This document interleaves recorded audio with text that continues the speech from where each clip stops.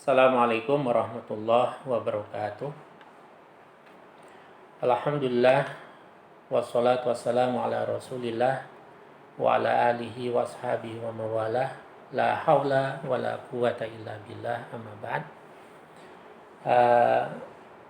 Pak Taufik selaku Wakil Rektor yang saya hormati, Bu Umu selaku Ketua LPPI, dan rekan-rekan semua pengurus LPPI serta jamaah nizamiyah atau jamaah virtual yang saya hormati rahimakumullah. Seperti yang disampaikan tadi bahwa Muhammadiyah telah mengeluarkan edaran yang ke-6, yang itu sangat terkait dengan persoalan ritual keagamaan yang khususnya berkenaan dengan ibadah di bulan Zulhijjah. Alhamdulillah beberapa kali PP Muhammadiyah mengeluarkan edaran terkait dengan tuntunan ibadah. Saya terlibat di dalamnya selaku pembahas dan bahkan tim perumus. Dan yang lebih unik untuk tuntunan ibadah di bulan Zulhijjah ini itu melibatkan berbagai komponen yang ada, baik Majelis Tarjih sebagai perumus dan pembahas sekaligus, kemudian MCCC, lalu para dokter yang terlibat di dalam penanganan COVID-19, serta PP Muhammadiyah yang bahkan pada saat itu hampir lengkap seluruhnya, baik yang ada di luar negeri maupun yang dalam negeri. Nah, karena itulah sesuai dengan harapan dari Bapak Dr. Taufik bahwa tidak hanya sekedar menyampaikan tentang substansi yang ada, tetapi lebih kepada bagaimana proses istidlalnya.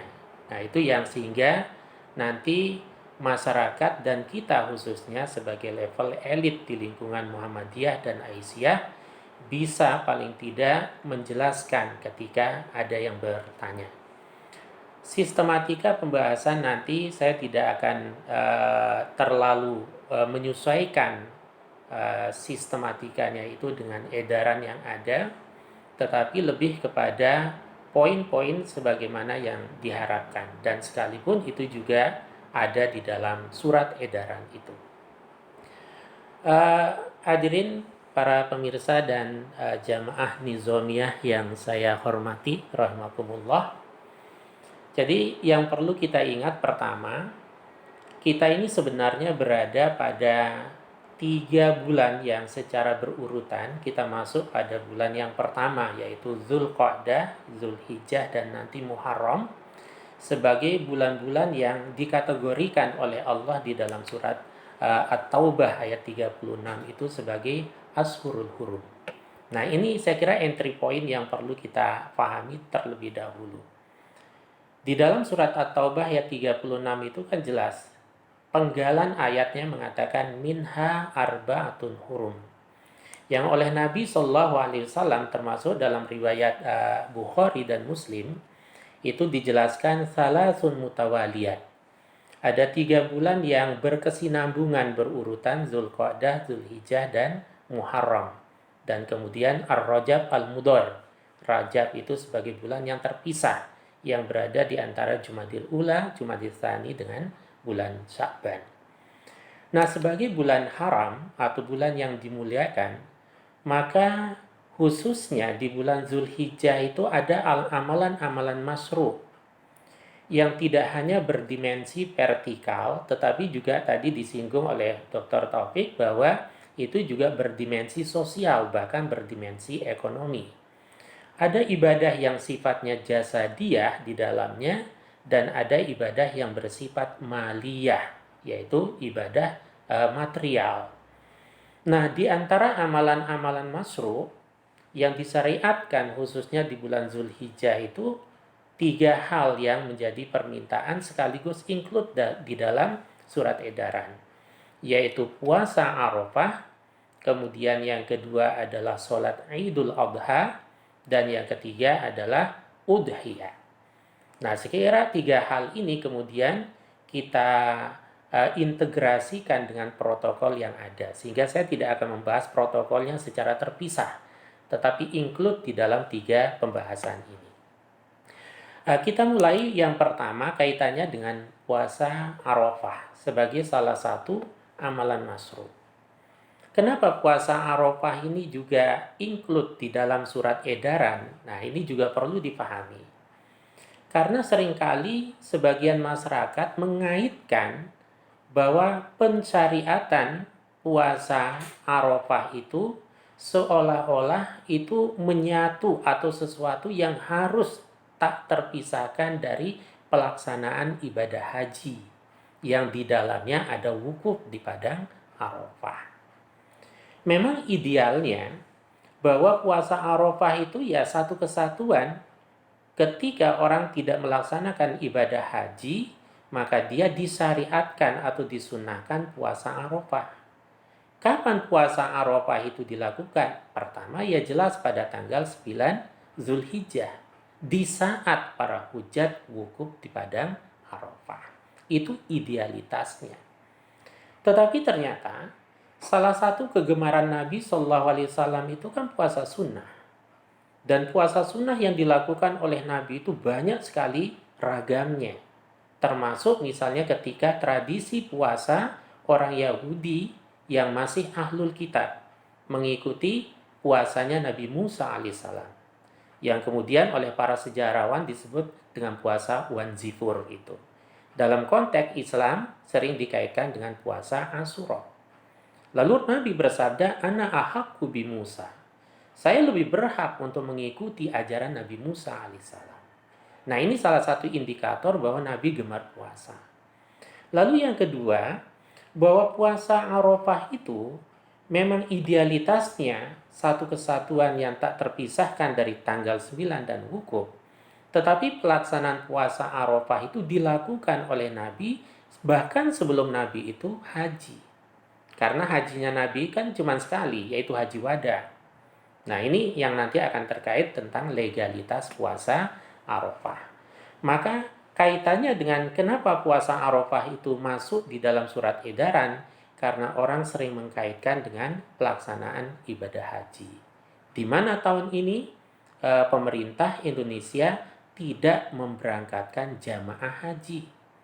Dan misalnya kalau Arab Saudi pun juga menutup sama sekali peluang pelaksanaan haji di tahun ini, sama sekali tidak menggugurkan syariat ibadah puasa Arafah. Nah, itu poin yang penting dan harus kita pahami di situ.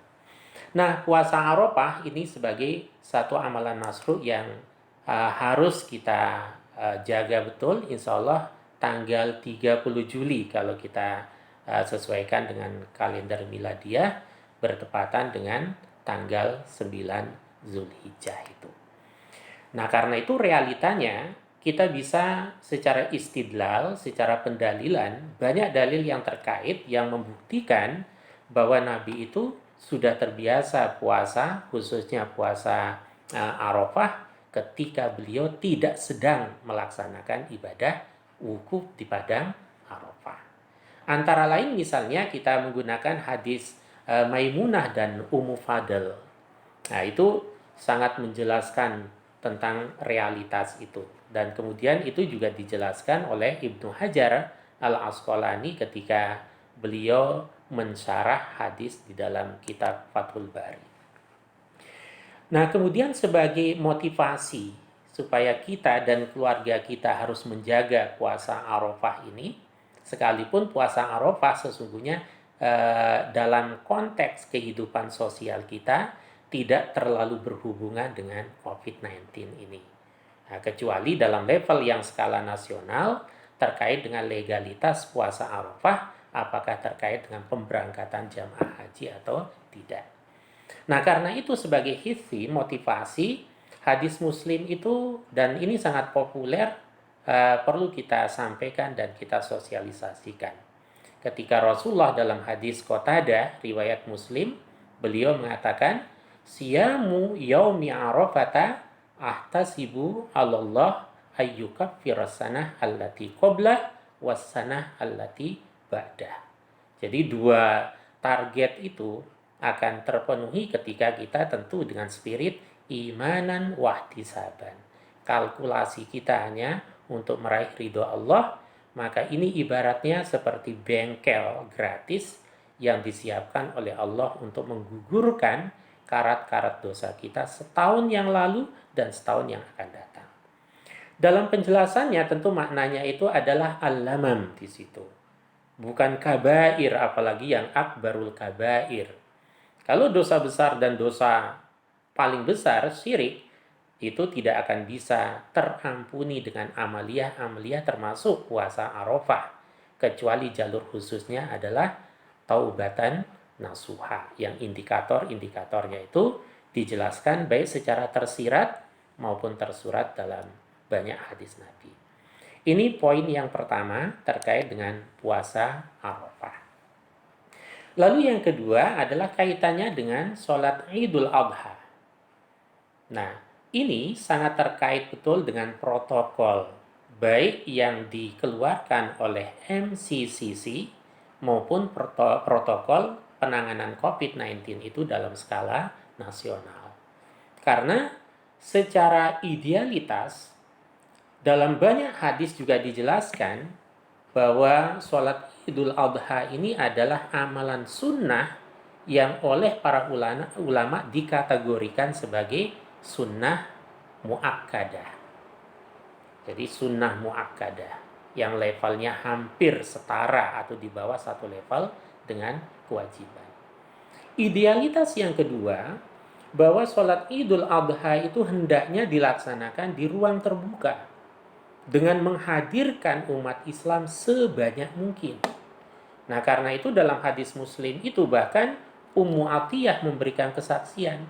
Beliau mengatakan, amarona Rasulullah sallallahu alaihi wasallam an nukhrija hunna fil fitri wal adha. Ummu Atiyah mengatakan kami diperintahkan oleh Nabi sallallahu alaihi wasallam untuk mengajak para wanita, mengajak mereka keluar baik dalam Idul Fitri maupun Idul Adha. Al-awatik, wal-huyab, dan lain sebagainya. Bahkan dalam hadisnya dijelaskan ketika wanita menstruasi pun diajak keluar. Yang mereka tidak memiliki jilbab dipinjamkan jilbabnya. Maka idealitas sholat Idul Adha dilaksanakan di ruang terbuka dengan menghadirkan jamaah sebanyak mungkin. Tetapi persoalannya bagaimana ketika pandemi COVID-19 ini terjadi? Apakah idealitas itu harus dipegang pada idealitasnya, lalu tidak ada ruang sedikit pun untuk melakukan hal-hal yang bersifat ijtihadiyah, atau misalnya dari sesuatu yang azimah hukum asal menuju kepada rukhsah, keringanan-keringanan agama. Nah, karena itu di dalam surat edaran itu dijelaskan bahwa edaran ke-6 itu sungguhnya menguatkan edaran yang kelima dan yang keempat. Nah, cuma kalau masyarakat kita salah cara membaca, terutama mulai edaran yang kelima dan edaran yang keenam, maka seolah-olah majelis tarjih atau Muhammadiyah itu kendor di situ. Memberikan satu ruang-ruang yang sangat lebar. Nah, kalau pembacaannya keliru. Nah, karena itu kita mencari keyword kata kunci. Karena kita tidak bisa menafikan bahwa pandemi COVID-19 ini tidak hanya berdampak pada jiwa, kesehatan, tapi juga ada dampaknya pada ekonomi, baik secara global, bahkan ekonomi keluarga dan masyarakat. Nah, sementara satu fatwa itu punya wisdom di situ. Ada hikmah yang harus bisa dimunculkan tanpa mengurangi substansi dari penanganan COVID-19 ini. Maka di dalam edaran yang ke-6 itu dijelaskan bahwa pelaksanaan sholat Idul Adha yang idealitasnya di lapangan terbuka dan dihadiri banyak orang, maka untuk mencegah sebagai sadduz zari'ah, antisipasi penularan baik kita menularkan atau tertular, maka sejatinya, kalau saya menggunakan istilah sejatinya, dilaksanakan. Pertama, bisa di rumah dengan keluarga inti masing-masing. Yang cara pelaksanaannya itu sama persis dengan edaran ketika Muhammadiyah memberikan atau mengeluarkan edaran tentang Idul Fitri. Ada rukun dan syaratnya kalau kita menggunakan terminologi fikih yang harus terpenuhi dalam pelaksanaan itu.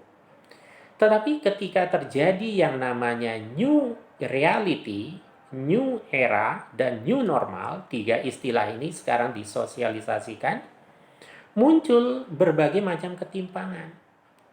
Kalau saya menganggap dan memahami, termasuk juga teman-teman di Muhammadiyah dan di Majelis Tarjih khususnya, memang new normal ini seperti satu hal yang sangat dilematis.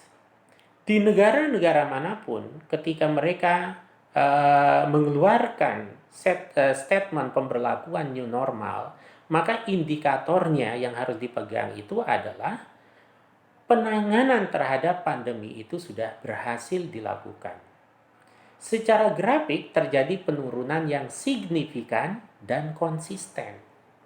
Dan itu belum terjadi dan belum terrealisir dalam konteks nasional kita. Nah, sehingga kita dan masyarakat tidak salah kemudian menangkap ini murni karena pertimbangan ekonomi. Di saat itulah kemudian gerakan masyarakat, bahkan ada yang euforia menyambut new normal itu sehingga terjadi peningkatan penularan lagi. Nah, bagaimana kemudian kita membahas, mengintrusikan dan memberikan fatwa di situ?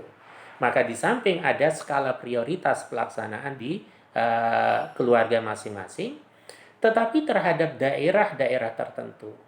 Sekalipun nyun sewu, saya sangat menghindari penggunaan zona hijau, zona kuning, zona merah.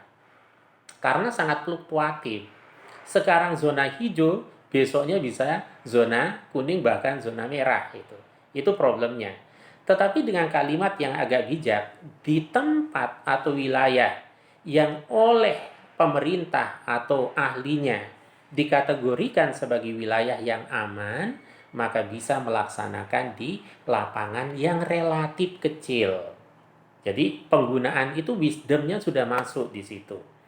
Nah, maksudnya lapangan kecil itu apa? Kadang di tingkat RT kan ada tempat lapangan atau halaman yang agak luas, atau misalnya ada lapangan badminton yang relatif tidak terlalu banyak.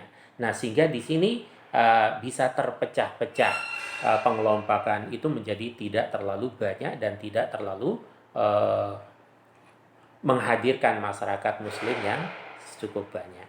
Itu relatif menjadi alternatif yang kedua. Pelaksanaan di lapangan kecil dan itu sudah dimunculkan. Tentu sekalipun juga ini di lapangan kecil yang relatif yang hadir juga agak sedikit, tetap kita menggunakan protokol standar itu. Mulai dari pengaturan jarak saf yang sudah disampaikan tentang legalitas hukumnya di edaran kelima, tentu dengan pemahaman yang komprehensif. Sebab orang kalau memahami secara harfiah ya seolah-olah tidak boleh. Padahal lurus dan rapatnya saf itu kan penyempurna, bukan sebagai sah tidak sahnya sholat. Nah, maka dalam konteks tertentu untuk saddu zari'ah, antisipasi, tentu saf renggang itu menjadi alternatif. Lalu menggunakan masker, hand sanitizer, kemudian beberapa protokol yang terkait itu tetap dilaksanakan. Ini terkait dengan pelaksanaan sholat Idul Adha. Sementara rangkaiannya, maka kebijakan itu juga harus dimunculkan. Mulai dari panjangnya khutbah dan lain sebagainya itu juga harus dipertimbangkan semua. Sehingga kami di Majelis Tarjih itu dituntut juga oleh masyarakat tidak hanya memberikan semacam pedoman tapi juga contoh teks khutbah yang kira-kira ya 15 menit dari muqaddimah sampai doanya itu. Ini cara-cara kita dalam hal penanganan ini.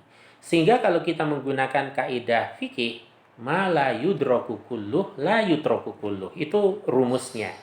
Sesuatu yang tidak bisa digapai seluruhnya, jangan ditinggalkan semuanya. Kalau idealitas tidak bisa kita lakukan di saat pandemi, maka kita bisa menggunakan langkah-langkah preventif dan solusi-solusi lain yang terukur, baik secara bayani, secara burhani, maupun secara irfani. Dalil agamanya sebagai legalitas syar'i serta ilmu pengetahuan teknologi khususnya dari para dokter dan orang yang memiliki otoritas di bidang itu, dan secara irfani tentu ihsan kita. Jangan sampai egosentris kita dalam beragama melupakan hak-hak orang lain untuk tidak terjangkiti. Sehingga ogah atau tidak mau menggunakan masker, itu saya kira irfaninya kurang di situ. Tidak menghargai hak-hak orang lain secara ihsan. Padahal kalau kita menggunakan dalil Quran dan hadis Nabi, terlalu banyak dalil terkait dengan bagaimana kita melakukan langkah preventif untuk menjaga beberapa maqasidus syariah, terutama hibzun nafas. Saya sering mengatakan begini, orang kan sekarang seringkali merasa bahwa dengan fatwa yang ada ini seolah-olah kita takut dengan takdir Allah. Padahal semua sudah tercatat di Lauhil Mahfuz menurut pemahaman harfiah dan literal sebagian masyarakat kita. Lalu tidak ke masjid dianggap merasa lebih takut kepada selain Allah dibandingkan dengan kepada Allah, dan beberapa argumen yang dimunculkan. Padahal dalam ungkapan para ulama, dari 5 maqasidus syariah, hibzuddin, hibzun nafas, hibzun nasal, hibzul akal, dan hibzul mal, menjaga agama, menjaga jiwa, menjaga keturunan, menjaga akal, dan menjaga harta. Ternyata secara hierarki, kata ulama, hibzun nafas itu diprioritaskan, menjaga nyawa. Karena kalau orang tidak hibzun nafas, tidak bisa menjaga nyawa, dia tidak bisa menjaga agama. Bagaimana bisa sholat dan melaksanakan ritual ibadah kalau dia nyawanya tidak terjaga? Nah, karena itu masyarakat perlu dicerahkan juga, dicerdaskan. Bahwa fatwa kita tidak hanya membahas tentang aspek burhani, ilmu pengetahuannya, tapi juga agama, bayani, dan irfani, ihsan itu. Saya kira Al-Baqarah 195 itu juga bisa menjadi teori besar dari ayat Al-Quran tentang penjagaan nyawa itu. Wala tulqu biaidikum ila tahlukah. Termasuk yang sangat familiar di telinga kita, dan ini hadisnya selalu muncul, baik pada edaran 4, 5 maupun 6. Nabi bersabda, la dororo wala diror. Jangan melakukan sesuatu yang membahayakan diri sendiri maupun membahayakan orang lain. Nah, dari hadis semacam ini muncullah kaidah fikih ad-doror yuzalu. Segala hal yang berpotensi mendatangkan kemudaratan dan bahaya harus dibuang, harus dihilangkan. Bagaimana caranya? Ada prevensi, yaitu saduz zari'ah, dan beberapa langkah-langkah yang lain. Lalu berikutnya terkait dengan Idul Adha ini yang tidak kalah pentingnya juga, karena insya Allah Idul Adha kita tahun ini bertepatan dengan hari Jumat. Nah, sehingga kan masyarakat banyak yang bertanya, bagaimana ketika Idul Adha dan Idul Fitri itu bersamaan dengan hari Jumat?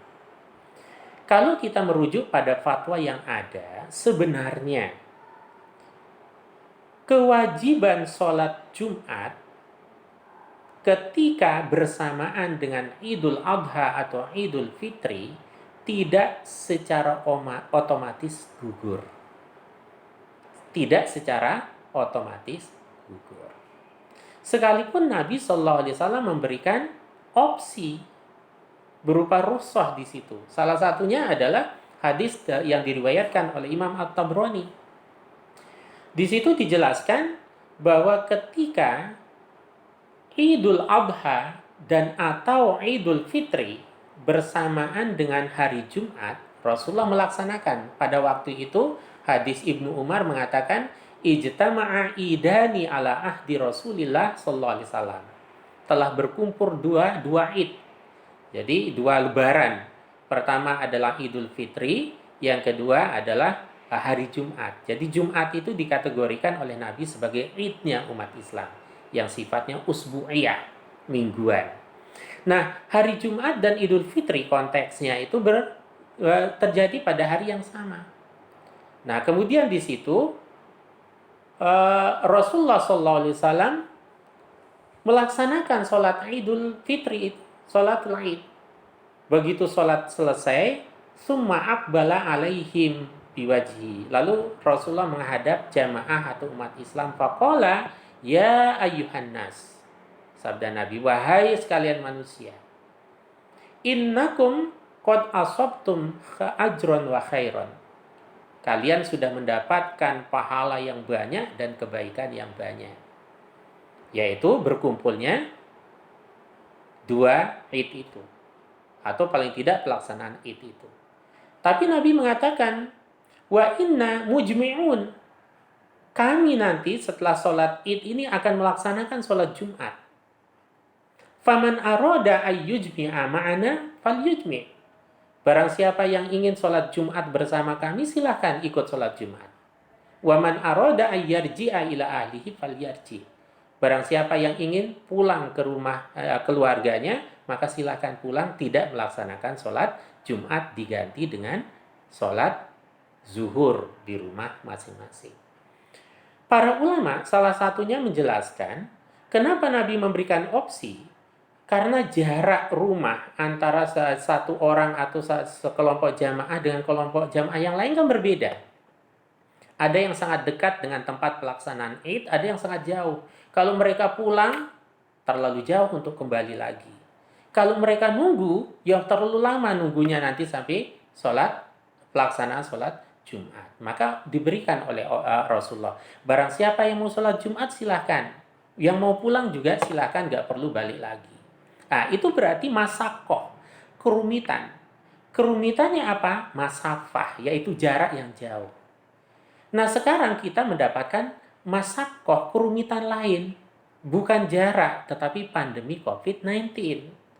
Maka secara spirit keagamaan, tentu kalau kita sudah melaksanakan sholat Idul Adha besok itu, atau pada waktunya tanggal 10 Zulhijjah nanti, maka karena pertimbangan ini boleh untuk tidak sholat Jumat dan bisa diganti dengan sholat zuhur di rumah secara berjamaah dengan keluarga inti.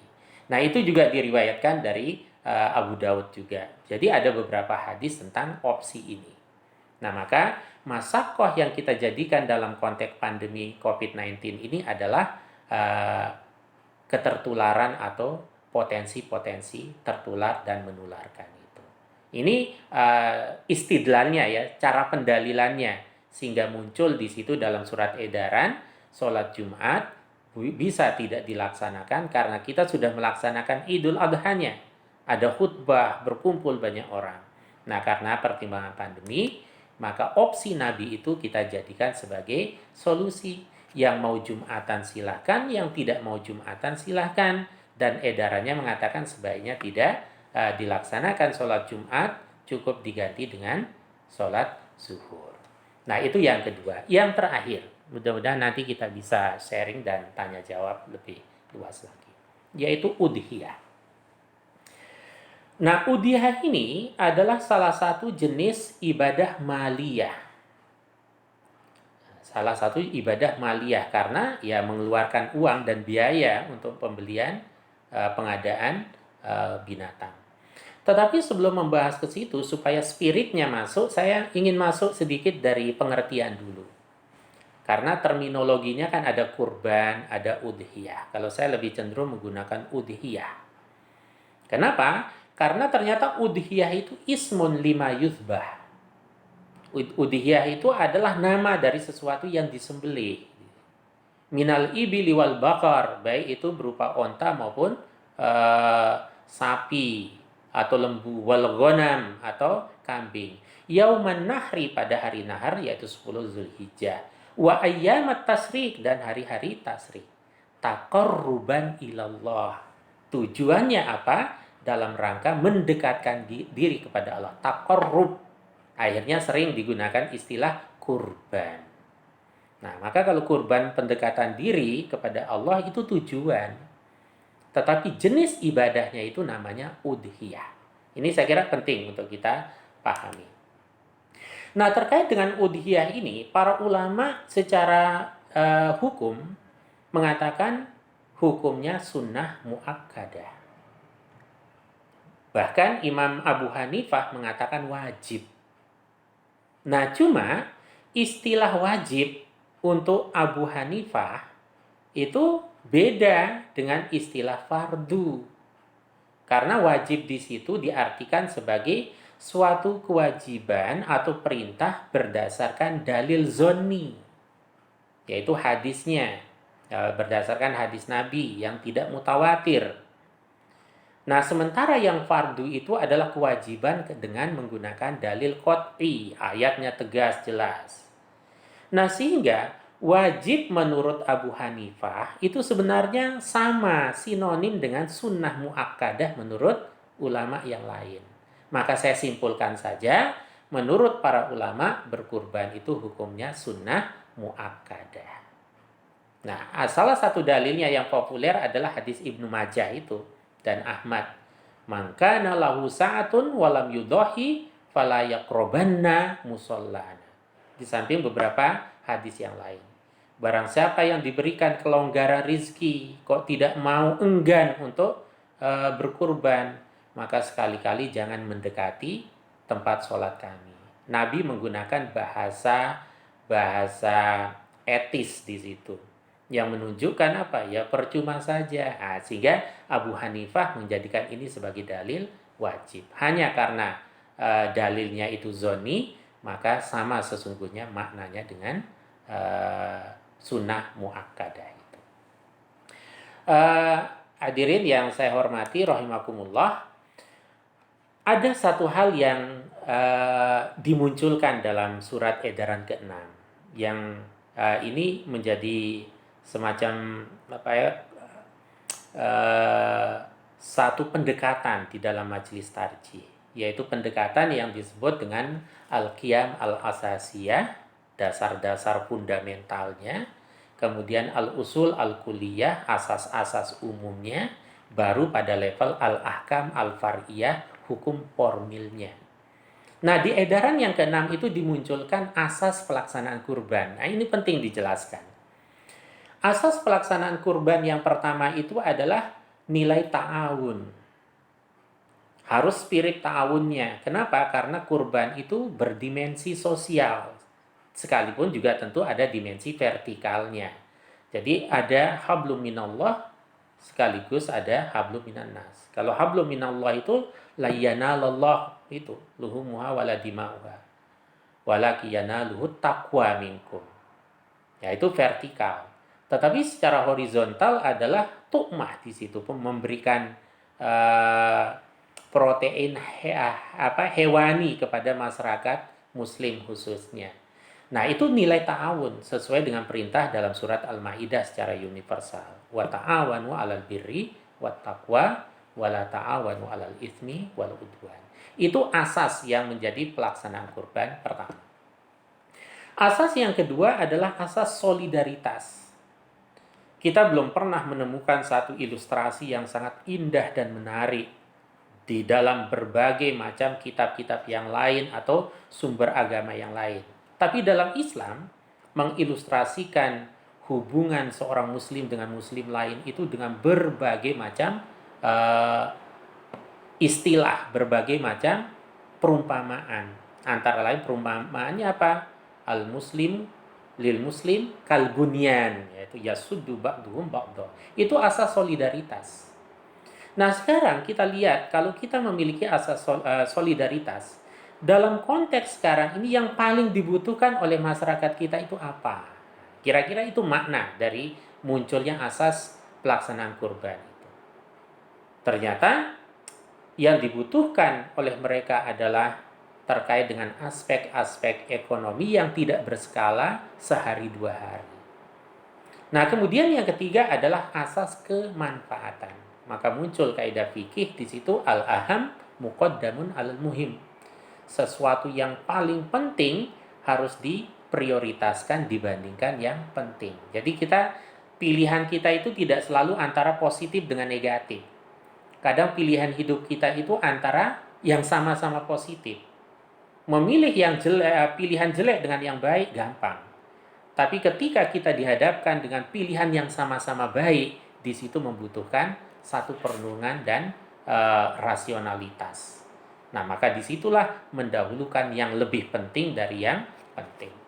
Berdasarkan laporan-laporan dan lain sebagainya, muncullah poin fatwa di situ. Sangat diprioritaskan, sangat dianjurkan bahasanya di situ untuk mengalihkan. Ini sebagai solusi pertama. Nah, sebenarnya solusi yang pertama ini bukan sesuatu yang baru. Fatwa Tarji itu pernah mengeluarkan fatwa tentang pengalihan kurban untuk korban erupsi Merapi. Tapi tentu ini agak beda karakteristiknya dengan pandemi COVID-19 yang antara satu daerah dengan daerah belum tentu sama. Nah, sehingga di situ ada beberapa alternatif yang disampaikan dalam fatwa dan edaran itu. Apa di situ? Berdasarkan nilai atau asas-asas umum yang tadi saya sampaikan 3 diantaranya, maka dituntut di situ untuk meningkatkan tolong-menolong di situ. Bagaimana caranya? Tentu antara satu tempat yang lain itu kadang tidak selalu sama. Maka di masa COVID-19 ini terkait dengan pelaksanaan ibadah kurban, itu kalau orang memiliki dua kemampuan, menginfakkan atau bersodakoh itu bisa dilakukan. Pada sisi yang lain dia juga punya dana untuk melakukan kurban, maka dia bisa melakukan keduanya. Kurban silakan dilaksanakan, kemudian infak sodakoh pun juga untuk yang terpapar COVID-19 ini bisa disalurkan. Kemudian yang kedua, kadang orang tidak memiliki kedua-duanya atau tidak dua-duanya sekaligus punya kemampuan, tapi salah satunya punya kemampuan untuk melaksanakan kurban atau punya kemampuan untuk memberikan nafkah atau infak, salah satunya. Maka di situ fatwa kita menganjurkan sebaiknya dialihkan untuk pelaksanaan atau pemberian dana untuk penanganan COVID-19. Nah, di sini ada kesalahpahaman sebagian masyarakat kita yang tadi sedikit disinggung oleh Bapak Dr. Taufik, bahwa masyarakat kita ada yang memahami seolah-olah majelis tarji itu boleh mengganti kurban itu dengan uang. Itu keliru dalam memahami. Yang namanya kurban itu ya harus di situ kan spesiesnya, jenis hewannya sudah ditentukan. Bahimatul an'am. Tidak bisa menggunakan uang. Nah, tapi yang dimaksud dengan memberikan dana di situ adalah peruntukannya yang tadinya ingin kurban, tahun ini tidak berkurban, tapi biaya atau dana kurban itu dialihkan. Insya Allah nilai pahalanya pun juga akan besar. Itu makna dari fatwa itu. Bukan merubah jenis yang dikorbankan dari bahimatul an'am menjadi uang, bukan. Adapun teknis pelaksanaan kan kita sendiri sebagai sohibul kurban hanya menyetorkan uang kepada panitia kurban sebagai wakil sohibul kurban. Itu konteksnya tetap saja yang dibeli hewan kurban. Beda di situ. Nah, muncul pertanyaan yang kedua. Apakah biaya yang dikeluarkannya itu sebagai kurban? Kalau sebagai kurban berarti harus dilaksanakan pada Yaumun Nahri dan Ayyamut Tasyrik. Di situ sudah dijelaskan. Oh tidak. Dalam konteks alternatif yang kedua itu, memilih di situ. Kalau misalnya hanya punya biaya sebagian, ya dianjurkan. Tapi juga di situ tidak menutup sama sekali. Nah, maka poin yang ketiga, bagi yang memiliki keterbatasan dana dan kemampuan keuangan, kemudian dia bisa menginfakkan, silakan. Bagi yang bisa berkorban, silakan. Nah, cuma protokolnya harus diperhatikan. Pertama, protokol yang kita sampaikan di internal Muhammadiyah, proses penyalurannya tentu ada lembaga resmi yang kita miliki, sehingga distribusinya itu menjadi lebih terjangkau dan lebih merata lewat lazismu, misalnya kalau itu sumbangan atau penggunaan dana kurban untuk penanganan COVID-19. Atau bahkan juga ada yang ingin berkorban lewat lembaga tertentu, misalnya seperti lazisme, itu juga solusi. Solusi yang kedua adalah, kalaupun melaksanakan kurban, maka kalau bisa dilaksanakan di RPH, rumah pemotongan hewan, laksanakan di situ. Nah, ini spiritnya itu adalah untuk meminimalisir berkumpulnya banyak orang. Tapi tentu RPH kita terbatas, baik tempatnya, luasnya, orangnya, dan lain sebagainya. Maka itu bukan satu-satunya solusi. Ada solusi yang lain, yaitu apa? Kita memberikan satu opsi, terutama wilayah-wilayah yang dinyatakan aman itu. Bisa melaksanakan kurban. Protokolnya apa? Jumlah panitianya itu dimodifikasi. Karena kadang jumlah panitia kan lebih banyak itu, sekian kali lipat. Tim yang misalnya pengulit saja banyak, itu kira-kira bisa di-manage di situ kuantitas. Atau yang kedua adalah jumlah hewan. Ada muncul pertanyaan, di suatu tempat hewan yang dikurbankan sekian, mungkin dialihkan ke tempat lain yang belum atau masih sedikit yang dikurbankan. Juga itu solusi. Lalu yang berikutnya yang tidak kalah pentingnya, proses distribusi, pembagian daging kurban. Nah, kalau di tempat-tempat tertentu sejak dulu itu biasanya sebagai ikram, penghormatan kepada mustahik, tidak harus mustahiknya yang antri datang. Ini berarti manajemennya kurang maju, itu berkemajuan. Tapi biasanya panitia langsung door to door diantarkan ke rumah tangga atau rumah masing-masing. Di beberapa tempat tidak hanya saat ini saja sebenarnya sudah terbiasa. Dan aturan-aturan protokol lainnya itu harus diperhatikan. Nah, khusus untuk hewan yang mungkin agak kecil, misalnya seperti kambing, itu kan cukup untuk satu orang atau satu keluarga. Beda dengan sapi untuk 7 orang itu. Nah, maka kalau bisa dilaksanakan di rumah masing-masing, ya disembelih. Nanti mereka yang akan mendistribusikan atau panitia yang akan memanage proses pendistribusian. Semua adalah langkah-langkah preventif dan solusi yang spiritnya bagaimana kita sadduz zari'ah, mengantisipasi tertular atau menularkan COVID-19 ini. Nah, sehingga khusus pelaksanaan penyembelihan hewan kurban itu sudah sangat detail sekali protokol dari MCCC untuk pelaksanaannya. Saya kira ini sebagai pengantar diskusi kita. Mungkin ada hal-hal yang tidak sempat tersampaikan, monggo nanti bisa kita buka sesi tanya jawab. Sementara saya serahkan kepada pembawa acara Ustadz Royan, kepada beliau dipersilakan. Assalamualaikum warahmatullahi wabarakatuh.